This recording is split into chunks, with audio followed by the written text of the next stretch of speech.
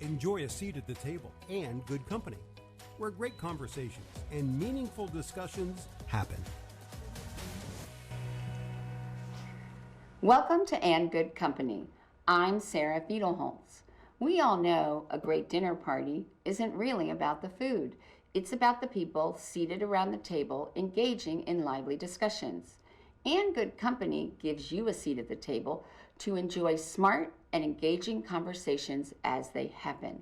I am very pleased to be in the company of Kristin Giant, who is the founder of Hyperlocal Impact and has recently taken on the position of the Chief Growth Officer of Pond. Welcome. Thanks for having me, Sarah. So I'm really excited that you're here for several reasons, but you and I have talked and tried to connect over the last 2.5 years, and I have sort of followed you and read everything, LinkedIn and Facebook and whatnot. And when I was thinking about it and really trying to begin to prepare and plan for this, I really was thinking about that you are a perfect example where someone's last name is really exemplifies who they are. And for you, I think it's a blessing and a curse. So your last name is Giant, and you really have decided that your path is to take on these Herculean issues that, to me, some of them we have been dealing with and trying to solve since the dawn of time.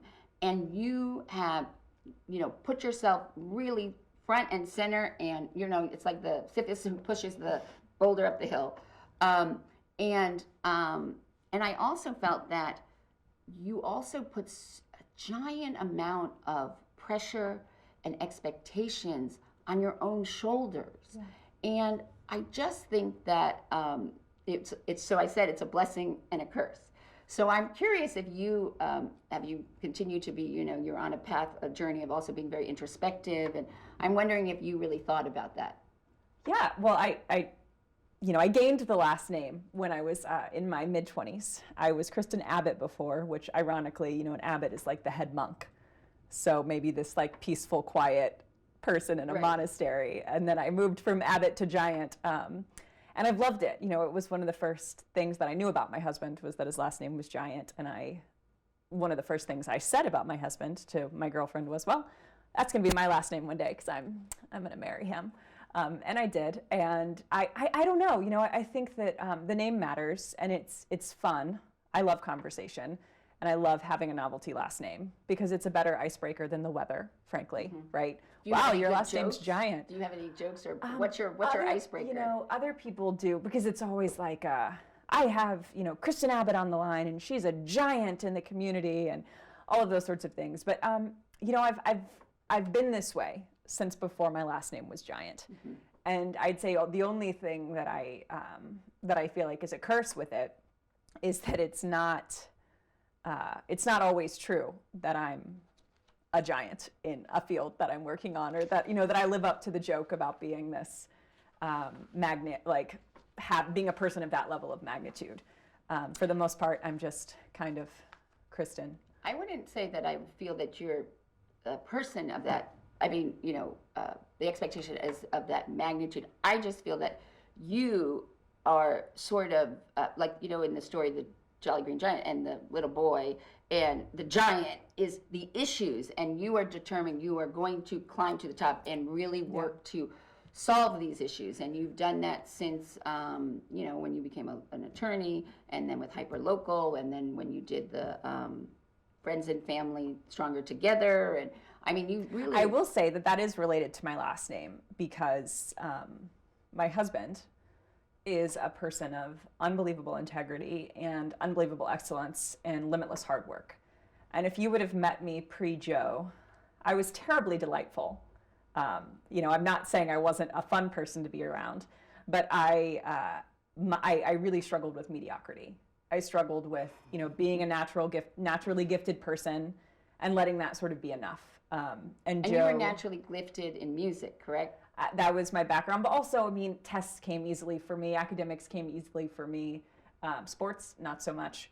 But this idea that that was just enough. I didn't also need to work hard. And Joe Giant has really helped me learn how to work hard, which I don't think I would have tackled the issues that I think that I want to tackle if I didn't believe in my ability to follow through and my ability to do hard things. It's much easier to not do hard things. Right. and you do hard things, and you went to law school, and you started Hyper Local, which was really looking at a different way to look at philanthropy and profits and economics.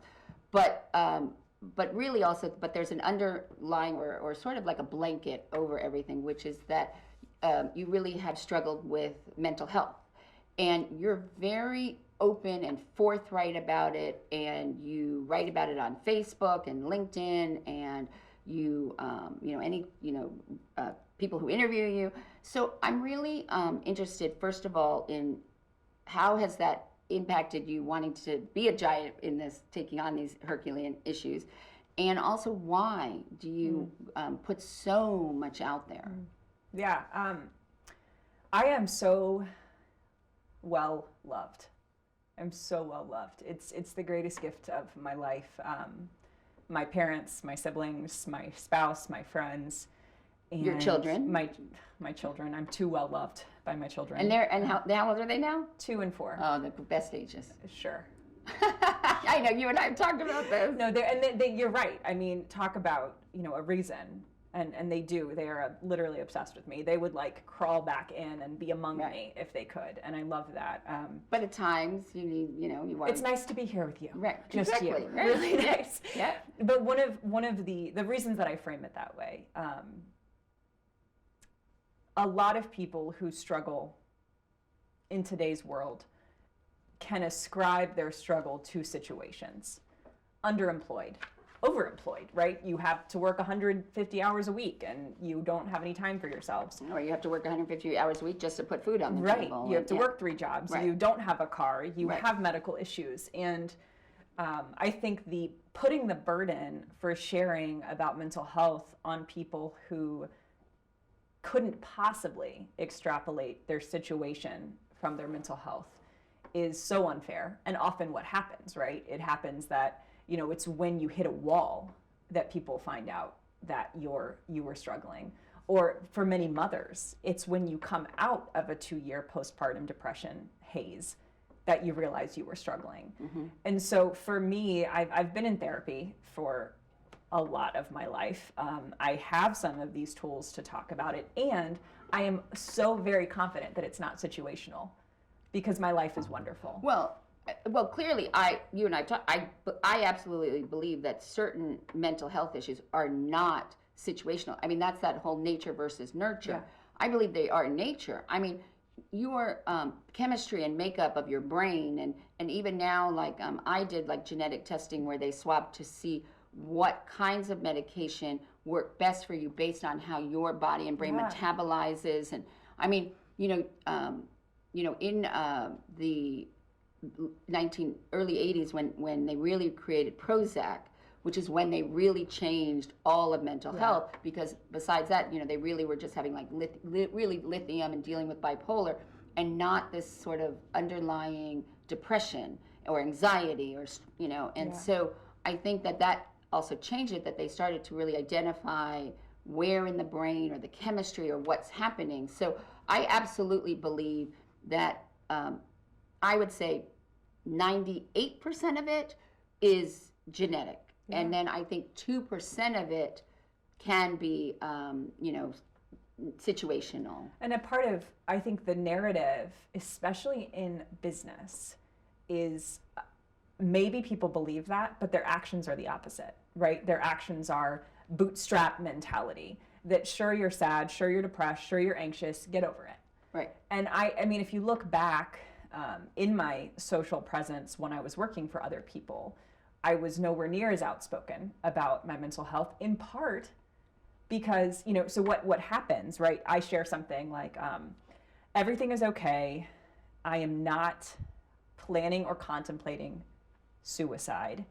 And the void has been calling to me. This is an exact post that I know. I responded to. Yes. Right. So the void is calling, and what that looks like for me is A, B, C, and D. Right. And how I deal with it is X, Y, Z. Right. And I do that. Now, here's what happens. Okay, so we have people that are concerned, And I appreciate, and so Right, I said for reference, Sarah reached out, even though this is our first time really meeting in person, to several people in my circle, which is the right thing to do when you see the word suicide. What happens on the other side of that is I have people that are like, is this my fault?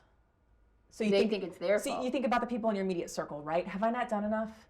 Am I the reason you're sad? Am I the reason you're anxious? Which is a very natural response for someone who doesn't struggle with the chemical side of it. Yeah, I do.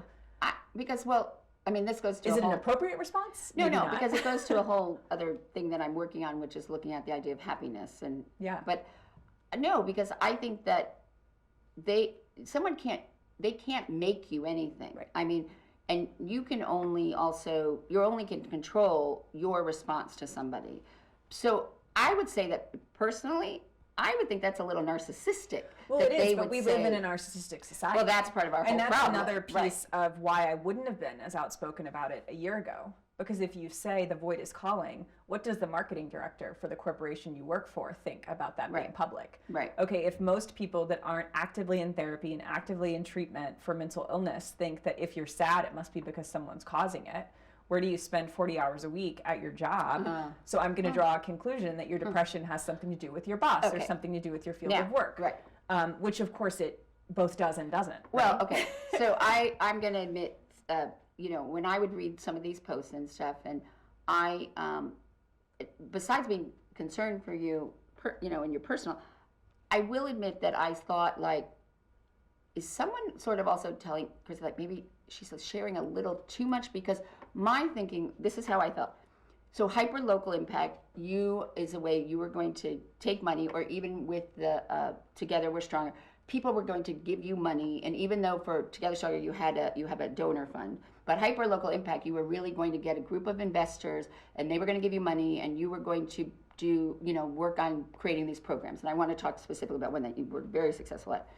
But so my thinking was, is she hurting herself in the sense that people will think, well, if she's not mentally stable, whatever, they're not going to give her, they wouldn't give you money. Like, and I really did, I said to someone, I said, I don't know her well enough to say this to her, but is someone also saying to her that maybe she just needs to be wary because of the fact that people are going to, if they're giving you their money, whatever, they're going to be like, they want to know you're stable, you're going to be there.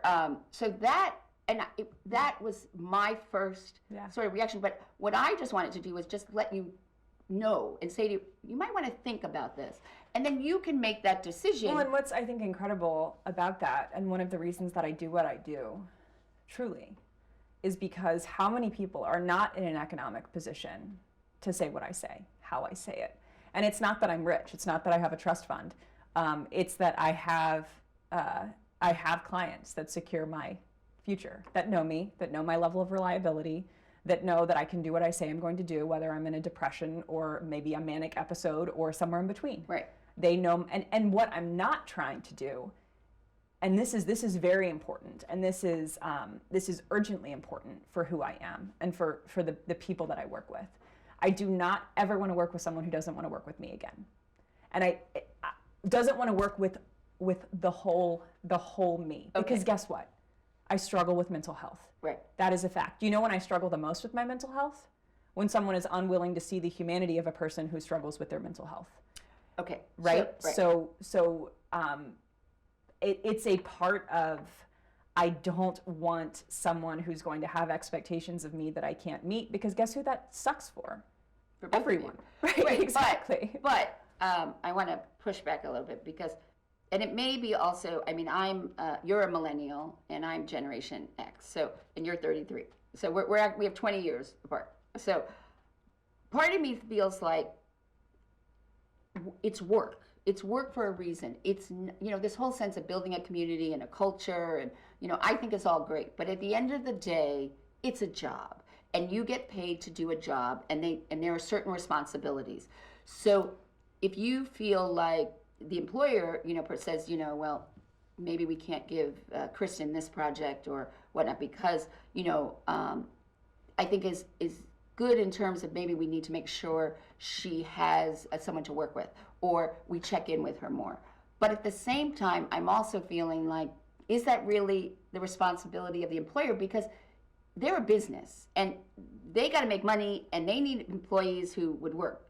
So I sort of feel like I understand, and I've dealt with people who have had, issues, and I've had employees who, what I say is this: everybody has a different size plate of what they can handle. Some people have a butter dish, some people will have a salad dish, some people could have a dinner dish, some people could have a serving platter, and some people like me could have 5 industrial-sized trays linked together and, can handle that. So I do think, yes, in some ways, the employers want you to be successful. I mean, because if you're successful, they're successful. So I do agree that you have to understand sort of what plate they can handle and check in and say, how is this too much? Do you need help?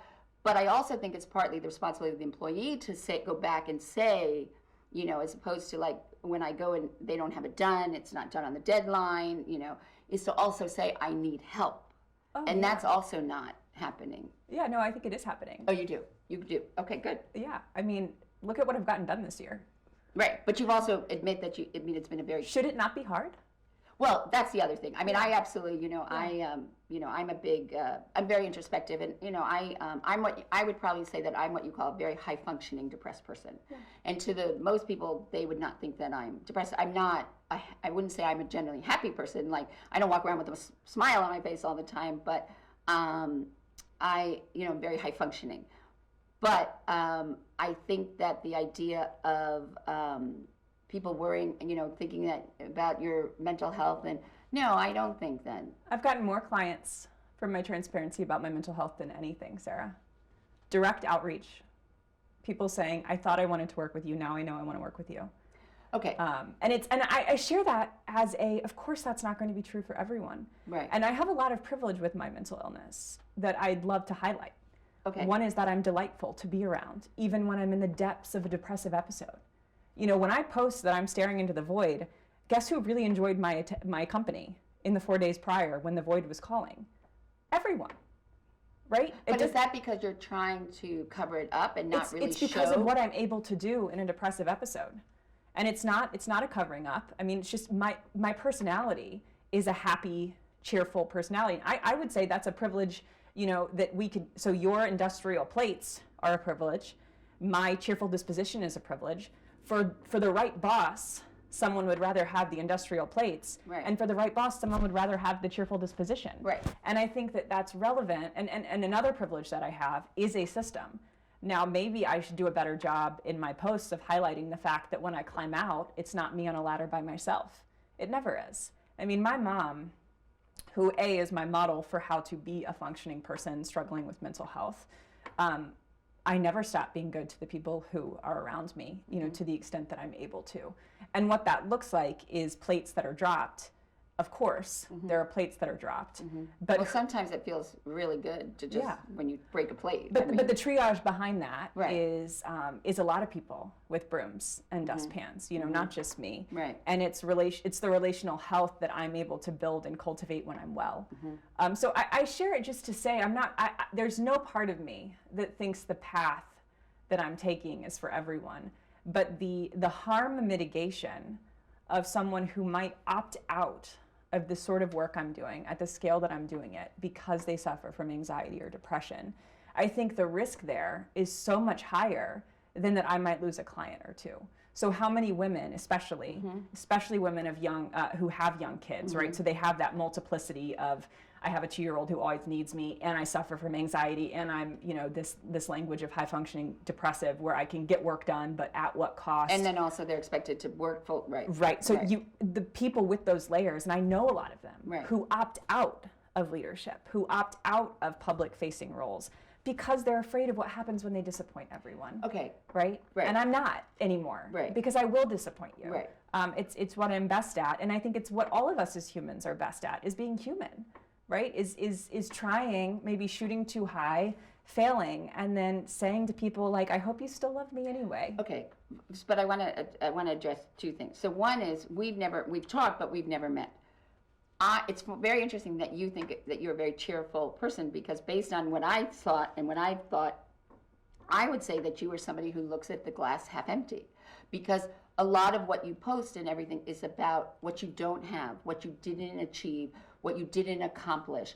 And as opposed to what I would think is, look at all that she's done. I mean, and look at, I mean, yes, okay, I did think for the Together Stronger For the Family and Friends Fund. Right, you set your bar very, very high, where you gave yourself this goal of $1 million in a very short period like of time. 2 weeks. And I was just like, okay, that's a very, very lofty goal, but, you know, you didn't hit it, obviously, and you looked at that like that was a tremendous failure.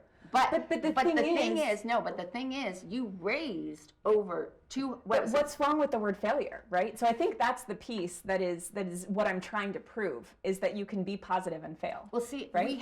we use the wrong words, because when you say you're privileged of having I don't think it's a privilege that you can do things. I think that's more that's what you're born. I mean, that's your grit, that's your determination.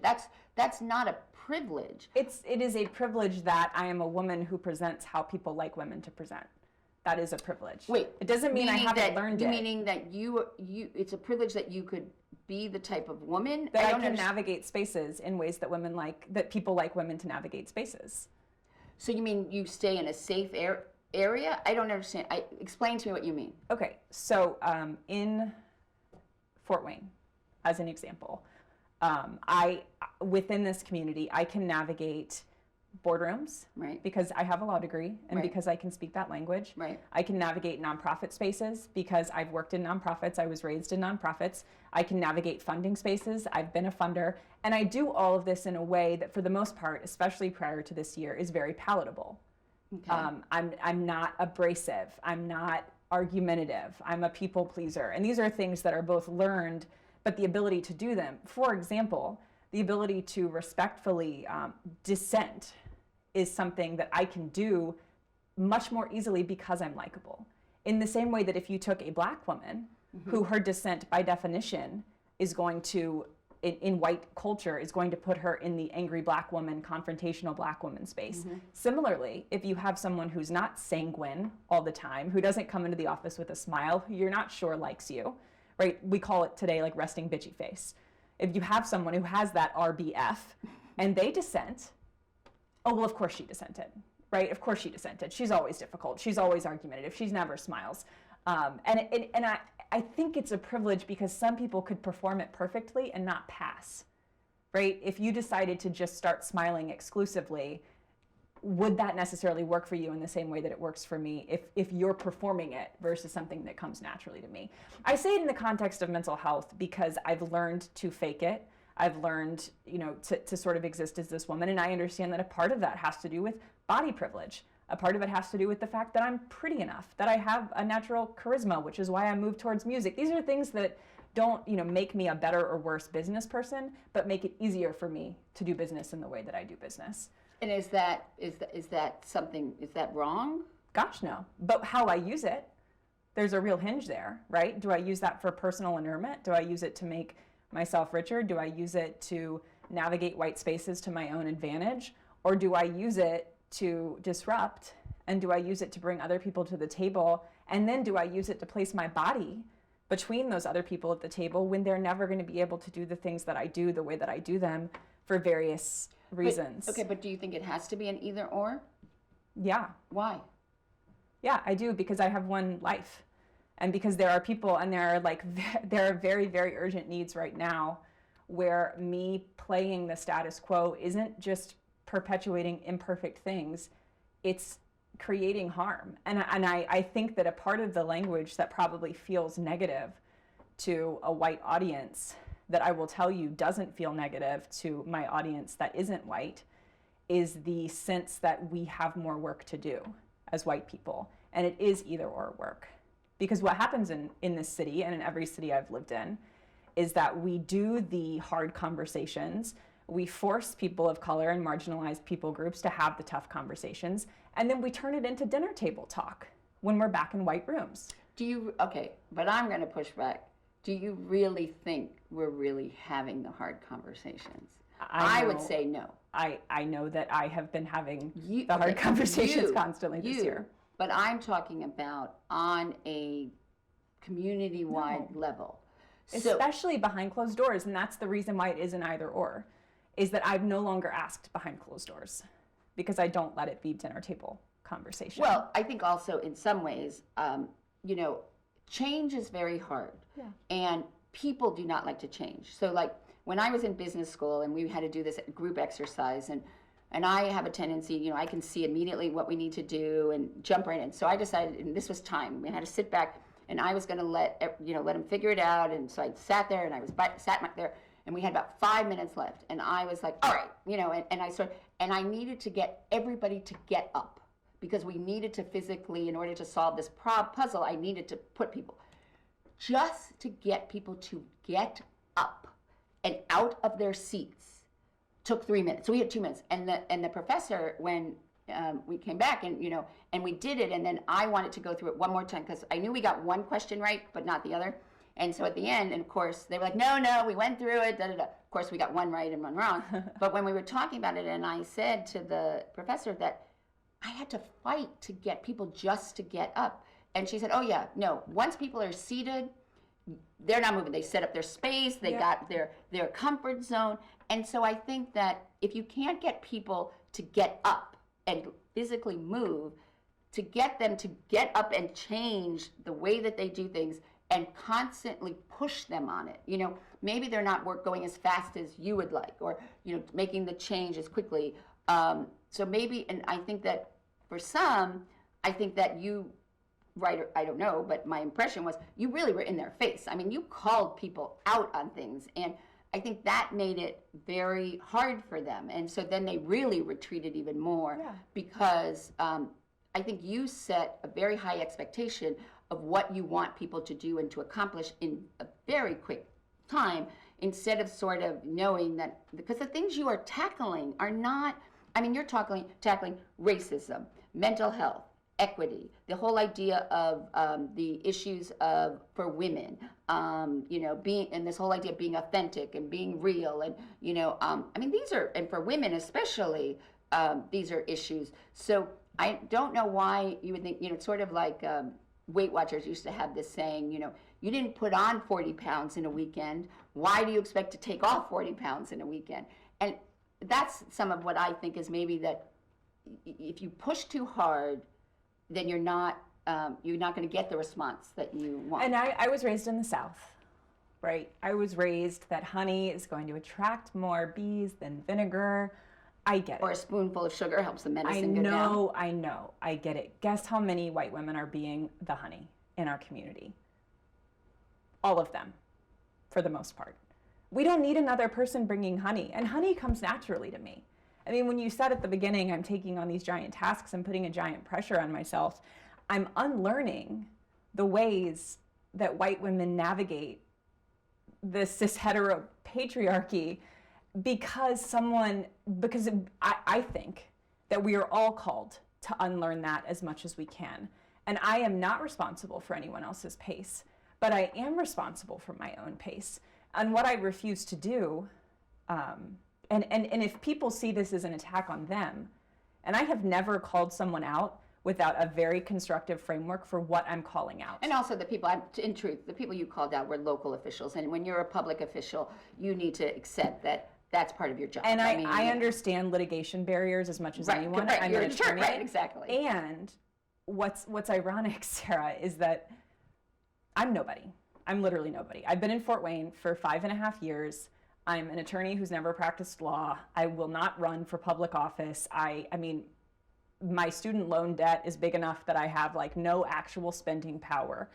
And for some reason, people care what I say, right? So I say, blank public official, I wish you would say something. And guess how many emails I get? Right. From people that matter. Right. 5, 10. Right. What that tells me isn't be quiet. Right. And even though I would like for that to be the message I'm hearing, I would like to think, okay, all these people are telling me how I did it wrong, how I could have done it better. They're making excuses privately that they can't make publicly. This is good. I'll do the behind the scenes stuff. But guess who they don't send emails to? Well, to you, everybody. I mean, but the people that are most closely affected by it. So the protesters who were tear gassed can post the same thing on Facebook as I post. And you better believe that handlers for public officials aren't reaching out to them, because that's where we are in Fort Wayne. The people with power care what I think. The people with power don't necessarily care what the people most closely affected by the problems think. And where I see that as a responsibility to not be sweet isn't because they care what I think, right? It isn't because they respond when I talk. It's because they don't respond when the people who were directly harmed talk. So it feels like a moral obligation. So do you feel that your obligation is to speak for those who don't have voices? Well, they have voices, right? Okay. It's to say the thing that white culture tells me is impolite to say, and that the cultures of marginalized people tell me is urgently important to say. Okay. That is all I try to do. And I ask regularly. I mean, I'm not rogue. I'm not rogue. Every single post I've ever made has been approved and refined by a council of leaders who are most closely affected by these problems. So that when I hear the pushback, if the majority of and I will tell you too, and I don't exploit these opportunities because of the risk of re-traumatization, I have gotten it wrong, where I've had, BIPOC leaders reach out to me and say, whoa, that wasn't right. BIPOC leaders are Black leaders, Indigenous leaders, or other leaders of color in our community who've called foul on things I've said and done. And I'm so grateful they do, and I don't talk about those things because... What did they... Can you just give me an example of something? Yeah. Let's see. Anytime that I am called in by a leader in social justice. Okay. My instinct is defensiveness. It's a very normal white lady instinct. Is it? See, yeah. I think to me, some of these things that you're saying that are very normal and in a white woman, I would absolutely disagree with you. And I mean, it may be, I don't think for you personally, or for a culture of, you don't think that white women are defensive when called out on harm? I don't think that I think they're defensive for the wrong reasons, which is that they take it personally. Yes. And I have tremendous issue with women who we are so worried about what other people think and how they're perceived, and so concerned about how they're going to be judged and if they're going to be liked. And absolutely. So then that's what I'm. But I also don't necessarily think that is societal. I mean, okay, it's partly societal. I also think it's what women do to themselves and what women do to other women. Well, but so taking it personally is the sort of defensiveness I'm talking about. Okay. So we're on the same page. But why? Right? Okay, but why would you take it personally if it's something? If they want to talk to you about something in the social justice area? Because they're calling me in about something I did. Okay. So again, I'm not saying that I ought to take it personally. Right, but why? Okay, but your initial inclination is it's personal, right? Right. Why? As opposed to... This is what I'm saying. I'm saying it oughtn't be. Oh, okay. It oughtn't be, and it is. So this is an example of how white people in this space perpetuate harm. I do something wrong. Right. Someone says that's wrong. Right. I take it personally, which is wrong. Right. Then they have to tell me, you're taking it personally, you're Right. making this about you, it was Right. never about you. Right. And then there's a varying degree of time between when they tell me that and when I am able to come off of my defensive white lady crying, this is all about me moment. Right. Let's say that's a day, 10 days, a month. Okay. Perpetuating harm during that time, right, where this person is trying to engage with an outspoken public ally. So that's all I'm saying, is that I get it wrong, but it would be inappropriate for me to bring that leader in and say, let's let this be a learning opportunity for a bunch of other people that are like me, when what I can do is just do better. I mean, that's my goal. See, but I think you're putting so much of it, all of this on you, where it's not you. Because, see, I think, okay, so are you able to take constructive criticism? Yeah. So constructive criticism is the idea that, like I always say when I'm giving criticism to people, I'm not attacking you, Right. I'm attacking the work. Now, I am not someone, when they give criticism and things, because I'm not someone who's, I've learned, I got to tell you something good, then I can tell you something bad, then I can tell you something good. But if you're working and I'm paying you, I sort of feel like this is a job, and I do it in a nice way. I'm talking about the work and my expectations of the work. Yeah. I'm not criticizing you or attacking you, so you should not take that personally. But so many people do. So I don't think that that's, I mean, I don't know where in the zeitgeist this all comes from, of these expectations and women so worried about what other women think, and, you know, and why people take certain things personally. You know, I don't know where that's from, but I don't think that that's necessarily, you should take these things personally at all. I've already said 4 times that I don't want to take them personally, right? But you do. And so it's a repetition. And that would be the only other thing I'd want to cover, is that a part of the act of public questioning and critique is to help us as a culture, right? As a city culture, as a hyper-local Fort Wayne culture, get better at getting criticized. I need to improve on it. Systems need to improve on it. And what I think is urgently important about that is, guess what the only way to get better at it is, and you already alluded to it. Repetition. Right. My defensive, my knee-jerk, I mean, I used to, gosh, at the beginning of this, I would get like a troll that would message me and be like, you know, you're a, whatever, all the things that trolls say. And I wouldn't sleep for 3 days. Okay, but here's But I don't anymore, because I've gotten enough that I'm getting better at it. Okay, you've gotten enough. So, but my whole point is, so why do you even care what this, you don't even know this person. You don't even, see, this is the whole thing. Like when I had Tamira Kelly on the program, and she also talked about that she had struggles with mental illness, and really affected her, and because she didn't forgive, right? And she was talking about how she manifested all this anger and energy about someone that did her wrong and disliked her, and then they were just going off and living their lives, and you know, she needed to forgive and stuff. And I don't understand why people care about, you don't even know this person. You don't even know who they are. You don't know their background.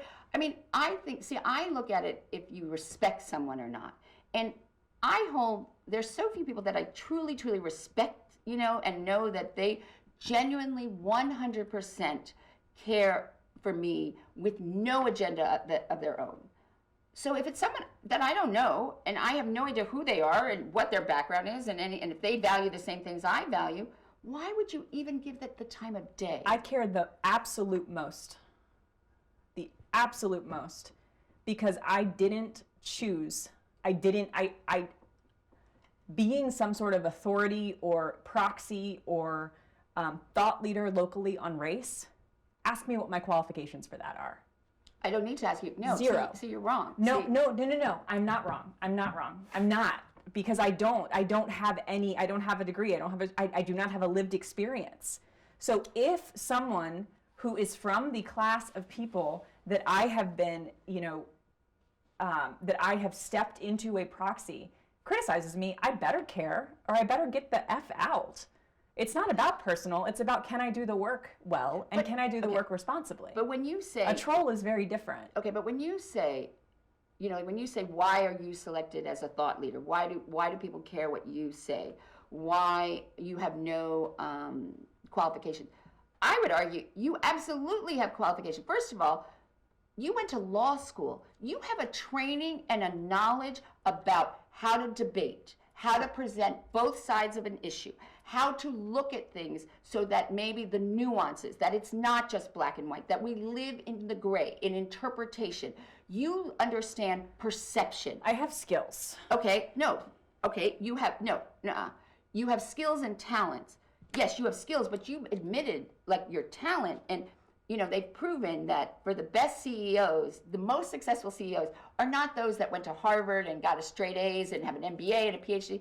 You know who it is? It's the people who have likability, the people who are the cheerleaders, the people who can corral and build consensus. They are the most successful. So you have those talents combined with skills. Now, you have a law degree. To me, not very many people have law degrees. So that makes you qualified for a tremendous amount. Now, hold on.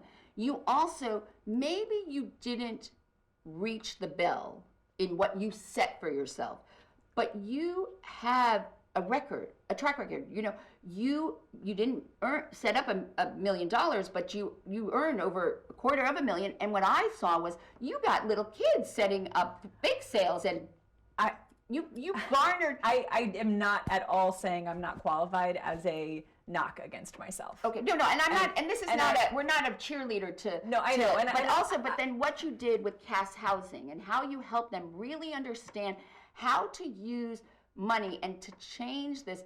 It's the philosophical understanding about nonprofits that just because you're a nonprofit doesn't mean that you shouldn't make money and doesn't mean that you shouldn't use money to how you use the money that you get. Okay, so I would argue, and I'm going to tell you, I am not I'm not a cheerleader for most people, and I don't believe a lot of people who just do a lot of talk. I'm really someone, put your money where your mouth is, and if you put yourself out in front, you are going to be.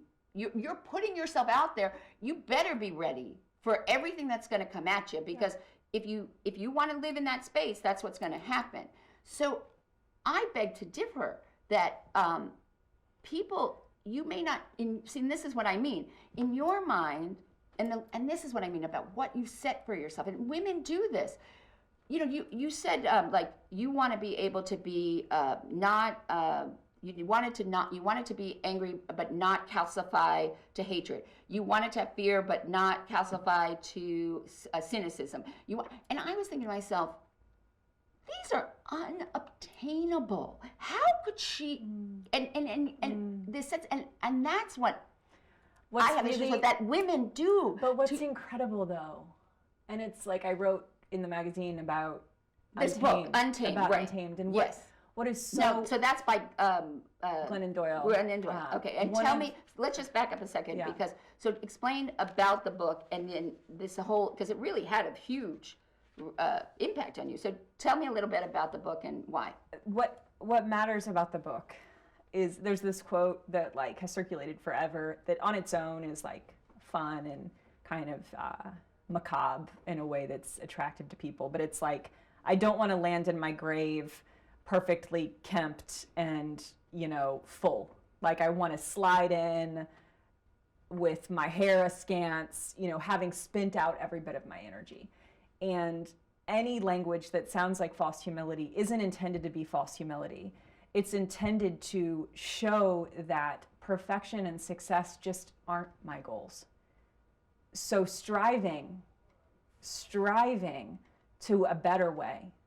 And it's why I joined Pond, is because Pond is striving for a better way, better growth, better marketing, better, respect. Within the field of within the field of tech. Right. That's all, is that I watch people around me get so angry that they stop being able to feel joy. Of course, if we just focused on the hardness of systemic racism, we would never feel joy. Right. Of course. But you need the anger. The anger drives you to action. Sure. And so it is appropriate to strive to use righteous anger for a good cause and to not become what people become when they ride that righteous anger too long. Right. And it is appropriate to want to feel the fear and do it anyway without becoming reckless with my own heart and my own health, right? Right. Because if you're not scared, you probably shouldn't do it. Right. But also if you're too scared, you probably shouldn't do it, right? And so how do you sit in that place? And more than anything, and a part of it is like, Glennon is me and I am Glennon, and we all are to a certain extent. This idea that the walls of who we ought to be, it is not as simple as banishing them. You can't say, today I choose not to care and not care. We care, and our caring is our superpower. Our caring is like our superpower. And if I deny the care, you become what you do. So if I say, I don't care about trolls, I don't care about this naysayer, I don't care I don't care that CEO that I publicly called out won't speak to me anymore, I don't care, that muscle atrophies. And so it becomes difficult for me to block off a part of myself that's very natural and then to use it only for good. Okay, but I would push back and say, aren't you just misdirecting what you care about? Because I would say to you, for me. Don't put your energy there. And I agree with you. Everybody, this mediocrity makes me crazy, okay? But at the same time, as a journalist, there are a lot of times where I have to say, it's good enough. Is it the best we could do? No. But under the circumstances and my deadline, and I don't have the lack of resources, and I don't have anything, it's good enough. And that is exactly what I'm trying to live. And You're trying to live the good enough? Yeah. But I think, to me, reading everything, it's never going to be good enough. But will it ever have been good enough if you weren't shooting for something better? Sure, right. But okay, so maybe it's the nuances where you're saying that you have to aspire to something, and you can't just accept this mediocrity.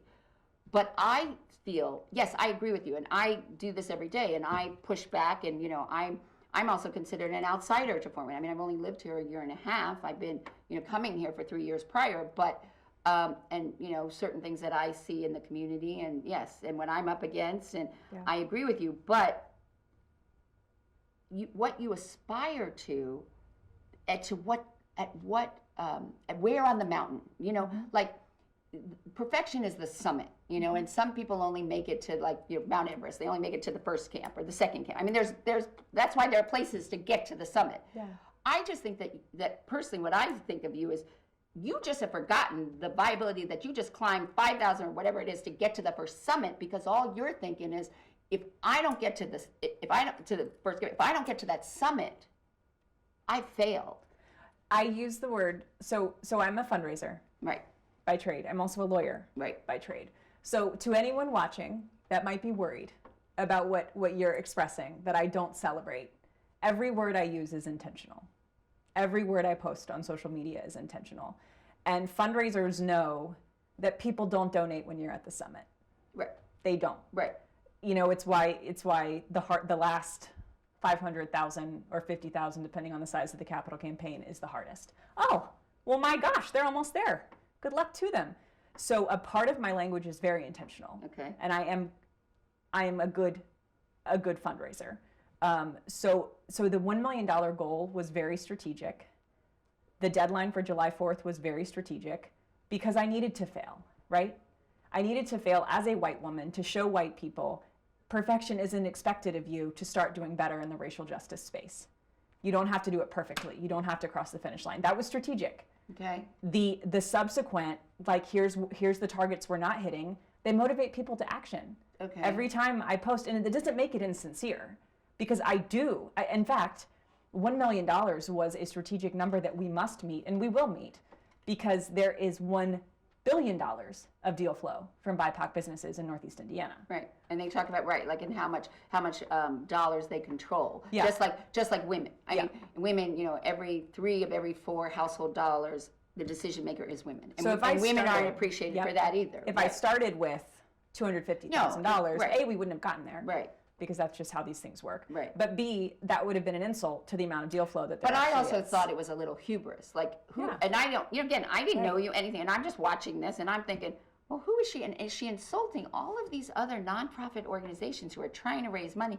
And I just sort of thought, what kind of bravado is that she thinks in 2 weeks she's going to raise $1 million when they're trying, whatever their campaigns are and stuff. So I did think, well, this is a little hubris of her, but I was really impressed. So then when you said that you failed, see, I don't think that you failed. I just think but look at what she achieved. See, and what we achieved. I didn't raise any of it. I'm just saying, all right. But what I also really valued was not only was it that you got people, to give, which to me, getting people to give money is a little easier than getting people to take action. And you had little kids having brownie sales, and you had even one because your son wanted to go, they were selling their toys. I mean, Matchbox cars. Yes, and I thought this was fabulous, because so now that you put it in this way, I understand it, but I just wonder if the connection between your head and your heart, like you say, and I'm talking more also in your personal life, that I don't, professionally, I mean, some part you can't control. There's so much else that goes on if you're going to be perfect and achieve, that you can't. But in your own personal life, where you set the goals and the objectives, and when you set out that you are going to try to be, the most perfect, stay-at-home mom, and you're neglect, your kids, and because you gave them more screen time, or you're not, you don't want to play Legos for the 50th time, and that you evaluate that to yourself as you failed or you're not good enough. So I wasn't really looking at this, I guess, in a way, and I guess it is true, and you're a perfect example. And I'm integrated. There is no, this work-life balance is BS, because we don't have it anymore, and especially we saw it over the last year, and also with technology. So, you don't have that. And working for yourself. A lot, and working for yourself, forget it, and so, but I looked at it more, and it's interesting because it's just, perception is reality. And I just looked at it more of like, what she's expecting, and this is women, and I don't know why. Where does this come from? This sense of like, I have to be perfect because. Yeah. Well, and it's almost, I mean, I think that there's a very Midwestern plus bootstrap plus meritocracy sense that everything we must earn, right? And of course you can go to church and hear that you're worthy no matter what, and then every part of society tells you that's not true. Right. Well, because we have said we want to believe that we're in a meritocracy, but we have proven time and time again that we're not, because certain, like when you see, why did that person get that job? Oh, because they knew somebody and somebody or whatever.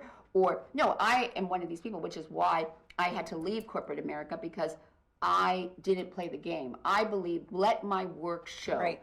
I wanted, what I accomplished, what I did, what I achieved. But I didn't play the game. I'm not, like, if I was in a meeting with my boss and their boss, and their boss would ask what I thought about something that we were going to do, and I didn't agree with my boss, normally what you're supposed to do is agree with your boss. Right. And I didn't. And I would say, well, you asked me what I think, I'm going to tell you.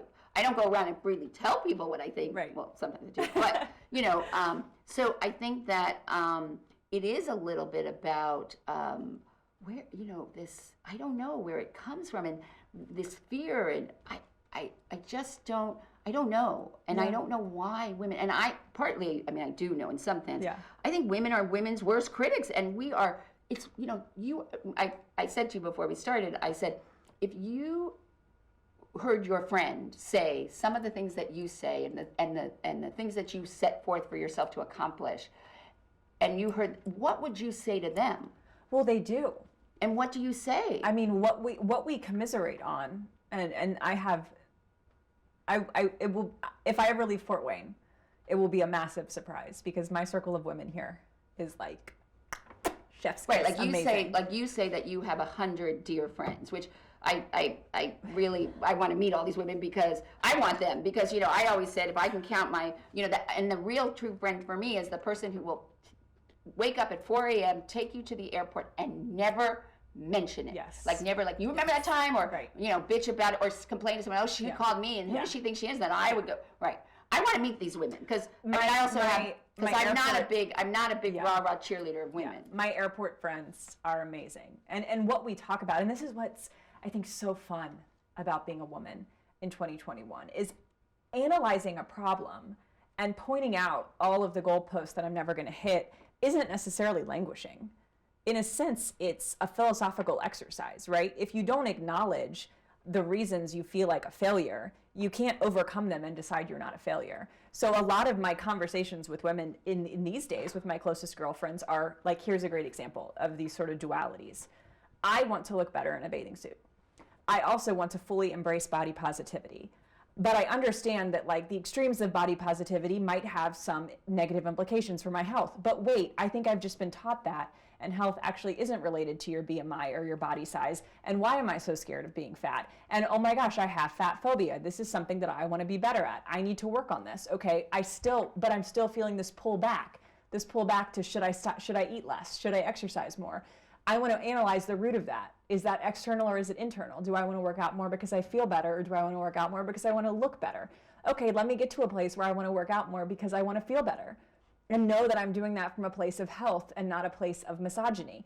These are like the most in-depth, robust conversations, and they ought to be, because these conversations are complex and multi-layered. But they're exhausting. I mean, but it's life-giving. I don't find it exhausting. What I would push back to these women and say, why do you want to look better in a bathing suit? And most people will say, because they're so concerned about what other people think about how they look in that bathing suit. I always say to people, stop worrying about what other people think about in the bathing suit, because everybody is so worried. But if it was a switch, we all would have switched it. No, because but wait, because women, this is my thing.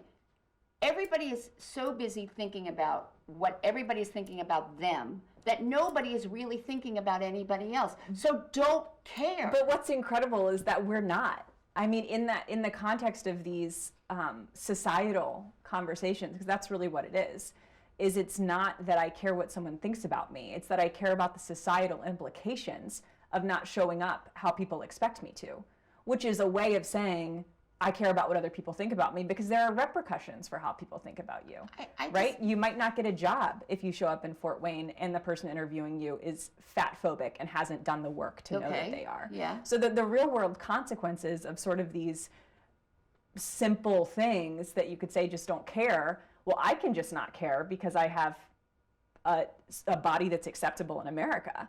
I can't then ask my friend who doesn't present like a size 6 to just not care, because she might not get a job because people see her as fat. She might not get a job because she has brown skin and type 4A hair and hasn't put it in a European style. I don't mean that she shouldn't care. I just mean that you shouldn't care that you define what you do and how you behave and how you live and how you react because of what you think society expects of you or puts on you. Or it is, I think, and again, this is my approach and it's not everyone's approach, and it works for me. And I don't want to skid into my grave comfortable and feeling like I haven't had a stressful thought recently.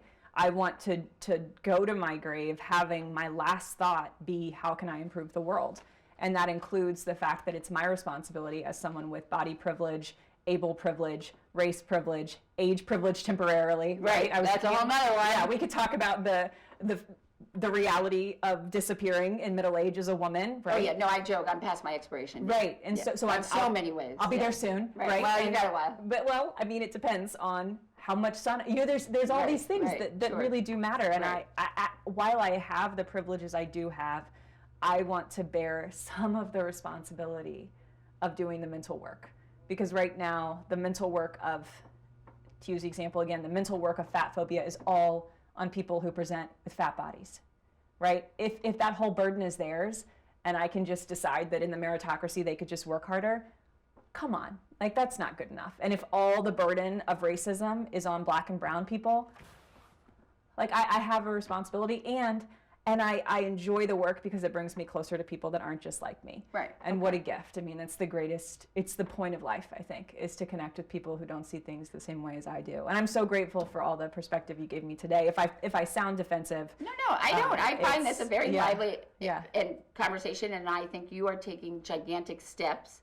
And what it tells me is that you and I have to continue this conversation and maybe even add some more women to this, because I think it is an important conversation to have, and it goes into so many avenues and everything. And so, I want to make sure we do that and continue it, because I think but I also think that sometimes you don't need to take the giant leap. You could just take a little baby step. I have lots of fun. No, I'm glad. I'm going to start documenting it more. I'm going to tell you that I'm really glad, because from what I saw and how I just felt that all you do is talk about what you don't have and what you don't do, and the glasses half empty. I really thought about it, and I said, when you first sat down and you said that you feel that you're a very, happy, engaging, joyful person, I would be like, well, we need to see that, because that would be, and then layer on that what you're doing, and that you really enjoy it, and that you're not looking at these as like you're pushing it up and not getting anywhere. And so that's very comforting for me. And I hope you will come back. But speaking about your grave, so unfortunately, at the end of each Anne Good Company program, I ask guests the same 12 questions that were popularized by novelist Marcel Proust in a Victorian parlor game. And what is your favorite word? And. What is your least favorite word? But. I thought or, maybe. What turns you on creatively, spiritually, or emotionally?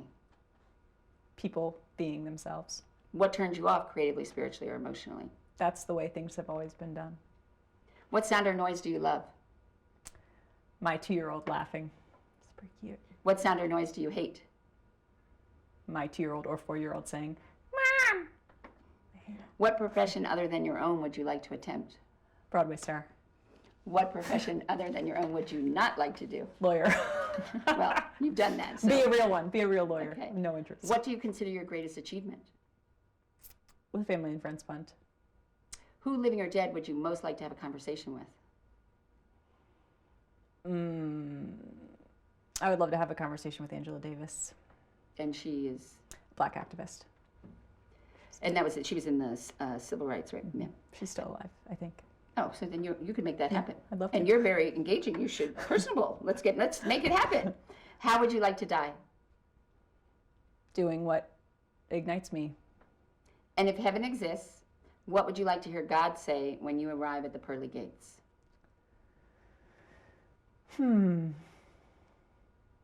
Thanks for showing up. Well, I thank you for showing up.